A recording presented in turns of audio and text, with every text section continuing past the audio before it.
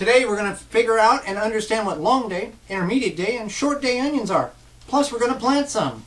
And understanding what these numbers mean on your fertilizer bag. All of that on the Wisconsin Vegetable Gardener. That adds up to 16. Yeah. Good job.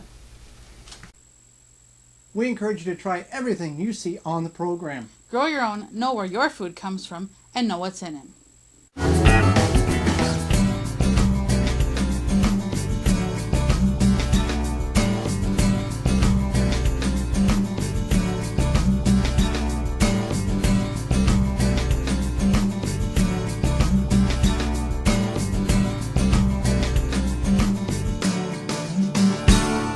The Wisconsin Vegetable Gardener is sponsored in part by for all your non-GMO, organic, and heirloom vegetable, flowers, and herb seeds.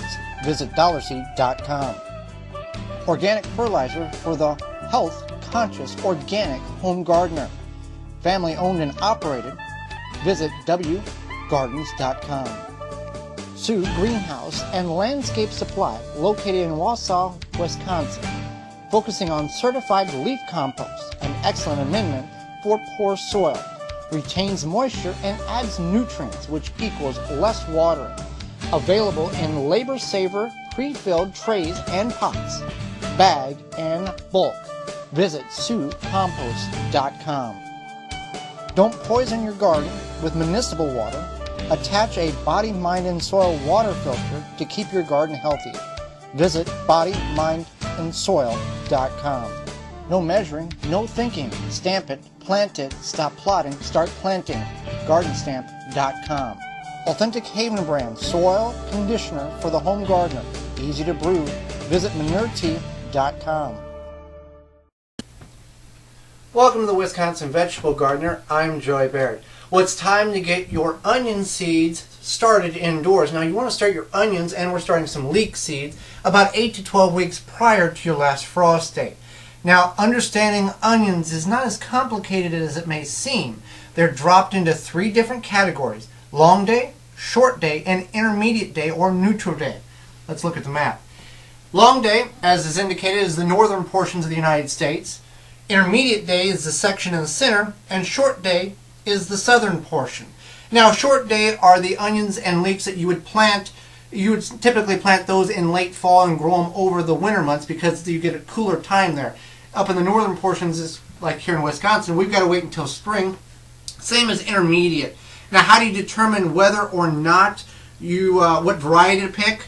Well, let's say, for example, in Wisconsin, we're obviously going to grow long days because as you get closer to the poles of the earth, your daylight varies, and in the summer months, our daylight is much longer than the intermediate or the short days. And the long day onions will take and start growing, and they'll put bulbs on, or begin put bulbs on, when the daylight reaches 14 to 16 hours.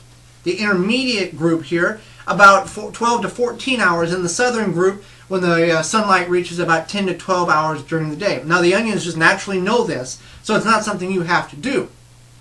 Now, if you're right along the border here, let's say you're in Bloomington or Mount Zion, Illinois, you're just in that intermediate area, I would recommend you growing long days because you're closer to the long day than the short day or the intermediate. And the same thing holds true if you're just above the short day line on the south, you'd want to go short day because it would work best for you. So I know what you're thinking, well, what if I'm in Montana, Michigan, Wisconsin, and I try to grow a short day onion? Will it grow? It will grow, but it won't put on any bulb. It'll put a lot of top growth on, but very little bulb or no bulb at all. It's something you'd buy at the grocery store, like a scallion. So it would work, that way, as well as vice versa. If you're short day and you try to grow a long day onion in the south, same thing, little to no bulb, a lot of green growth. So you want to keep that in mind. So how we're going to plant our onions, and there's millions of different ways you can go about doing it. We're going to do it in 9-ounce plastic cups. Now, we're going to start about 25 seeds in this. We're going to put some Sioux leaf compost in this, and we're going to put 25 seeds in here, and we're going to let it grow until it gets too big for the container, or it's time to plant in the garden, whichever comes first. Now, you can use the 16-ounce solo cups. You could use paper cups with a wax coating, but I would recommend not doing that because for whatever reason, in our experience, the seeds just don't germinate well. So we're going to stick with the 9-ounce paper cups here.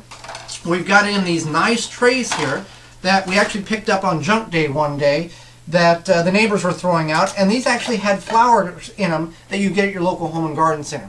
Now I know not all of us have that availability, so the next best thing is cupcake tins. They'll work great for these 9-ounce cups as well as the 16-ounce cups. They sit very nice in there, and the nice thing about these, they're metal. They're not going to break or crack or get the UV rays won't break them down nearly as fast as these plastic ones will. So that's something to keep in mind if you go to a lot of thrift stores or yard sales. You want to pick up some of these. It will be very beneficial to you in your grow room. So we've got all the seeds here soaking in manure tea. And the great thing about manure tea, it doesn't have any harsh smells. We've got these soaking for about 2 hours. You can brew it 1 to 3 days for 1 to 5 gallons. You don't need any air stones. It really works great. And it's antibacterial and hormone-free manure, so that's why the plants and the seeds greatly love this stuff. So we've got 60 leek seeds here, and we've got approximately 240 onion bulbs, onion seeds started here. And I know that seems a lot, but when you start putting these in the garden and you've got a little spot here and a little spot there, you'll be wanting some extra onion seed.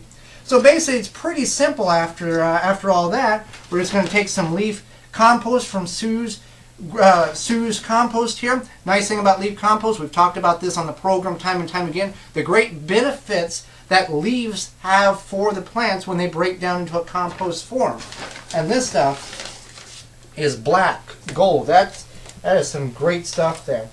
Now we're just going to take, let's take these leek seeds. Leeks and onions, you want to know what you're planting. You want to mark it, because as you can see, if I flip these over, which is what you don't know because they're both in the same family, they look identical, and you want to know what you planted, because if you're really hoping you get yellow Spanish onions and you wind up with leeks, you may be a disappointed gardener. So we're going to fill this about 3/4 full, compact it down. Nice way to compact down, use another cup. I'm going to take all 30 seeds with the manure tea that's brewing in and just pour it all in the top of the container. And the ones that don't come out, I can just fish out, sprinkle the best I can.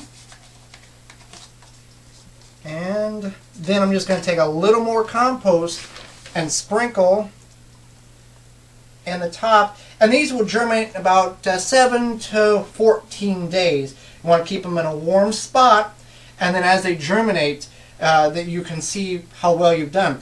Now, whenever you do it in a cup like this, I will indicate approximately how many seeds I've put in each container, so I can experiment or at least know what I'm expecting. If I only see 4 come up and I know there's 30, I can wait a little bit longer. In this case, 26. I can wait longer, and I'll give it that 14-day period. And once that 14-day period is passed, I can pretty much expect nothing more will germinate. But these are all good dollar seed seeds. They're certified organic, so we're good to go. So I'm going to finish planting the rest of these, and we'll get them set up in the greenhouse.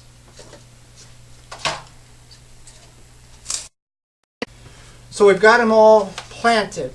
Now, we did try one container with some very old leek seeds. Onions and leek seeds usually hold their viability for about 1 to 3 years, so we planted a handful in this container to see how they would do. Now, one thing that I will make mention that you don't necessarily have to do, but we've chosen to do, again, we use these 9-ounce cups. We've used them for several years. This year, we're cleaning everything before we plant in it. We've scrubbed them out with antibacterial soap, and that is to kill all the fungi, all the bacteria, good and bad, just so it's a sterile environment for our seeds to start in. Because sometimes if you have problems from the previous year, you can bring those diseases over to the new plants if you don't sterilize and clean your containers you're planting in. Now it's up to you if you want to do it or not. It's something that we're going to work very, very diligently this year to make sure our plants have the best possible chance in growing. Again, with this leaf compost from Sue's that we are actually going to be covering the whole garden with. We're excited about that because this will greatly enhance not only these seedlings now, but also enhance their growing capabilities when we put them in a large garden. So it's time to get your onions and leeks started if you're in the intermediate or long day area of the United States. And it's something that would be great, really rewarding during the summer whenever you're going to be able to harvest those large onion bulbs and you won't have to buy them at the store.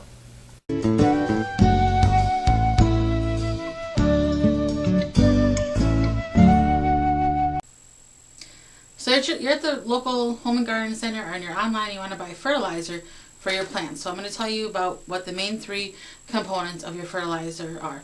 The first one is nitrogen, then there's phosphorus, and then potassium, which is also known as NPK. And if you're looking at a bag of fertilizer, as you can see, there's always going to be three numbers. In this case, there's 4, 6, and 6.